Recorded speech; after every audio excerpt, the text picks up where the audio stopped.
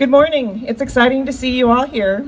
As Erin said, I am Val Blomquist and I'm the team captain for the Jevning Gems. The April before I turned 50, I told my friends and family that for my 50th birthday, I wanted to walk in the Walk to End Alzheimer's in Fargo. That was 5 years ago, and to date, we have raised $31,055. Well, and a little more. Why walk? Because we were caregivers of our mom who suffered from Alzheimer's. Back in 1987, when we first started worrying about our mom, Erlis, having an early onset, we really didn't know what we would be dealing with. She was in her early to mid-50s, and our father had just passed away.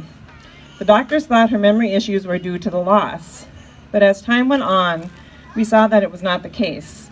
In the next 20 years, we watched a beautiful, classy lady deteriorate right before our eyes. I remember all the hard decisions we had to make.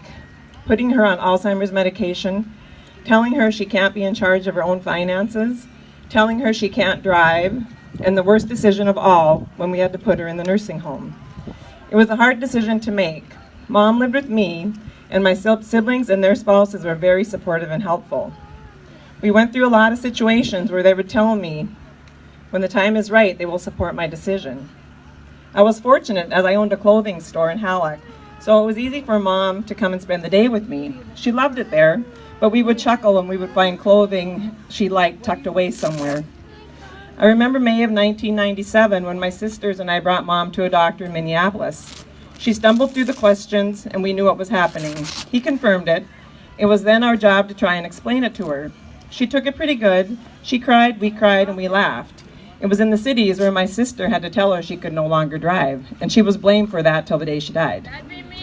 When Mom and I were on our way home, I remember her asking me if we could keep this diagnosis to ourselves.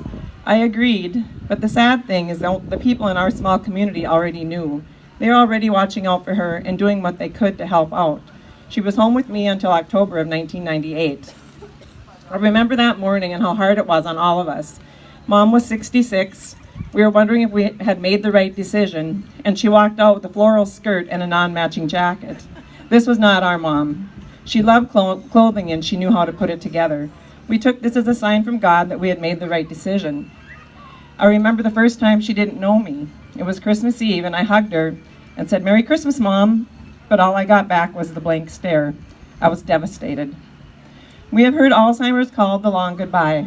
It sure makes sense.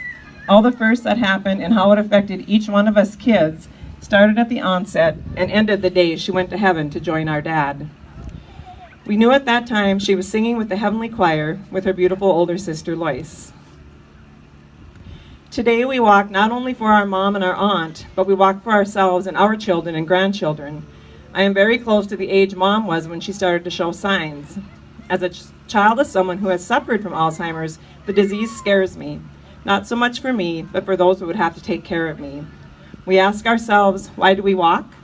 We walk to raise awareness, raise money for research and support to caregivers and those suffering with the disease, and most importantly, we walk for a cure.